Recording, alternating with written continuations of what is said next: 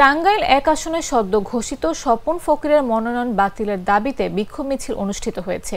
শনিবার সন্ধ্যায় মনোনয়ন প্রত্যাশী কেন্দ্রীয় বিএনপি নির্বাহী কমিটির সদস্য মোহাম্মদ আলীর নেতৃত্বে নিজ অফিসের সামনে থেকে মিছিল বের হয়।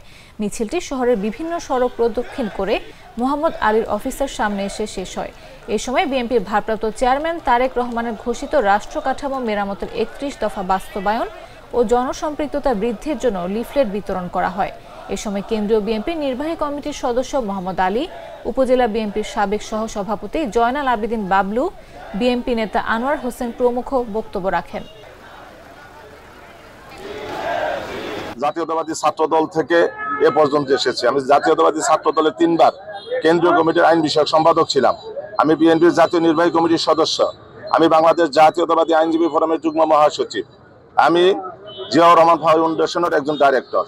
আমি মধুপুর এবং ঢাকার রাজপথে দীর্ঘদিন আন্দোলন সংগ্রাম করেছি। আজকে মধুপুরের গণজোয়ার সৃষ্টি হয়েছে আমার পক্ষে। মধুপুরের সর্বস্তরের এবং ধনবাড়ির সর্বস্তরের জনগণ চায় আমি যেন ধানের শীষের প্রতীক নিয়ে মাঠে আসি এবং তাদের প্রত্যাশা দীর্ঘ 43 বছর পরে আজকে মধুপুর থেকে বিএনপির প্রার্থী নির্বাচিত হওয়ার একটা সুযোগ এসেছে।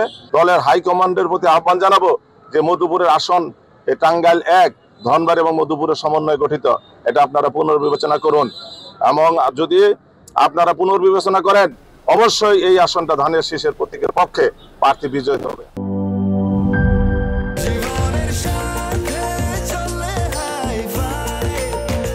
স্বাস্থ্যকর অল টাইম ফ্যামিলি কেক, সব সময় অল টাইম হেলদি লাইফ।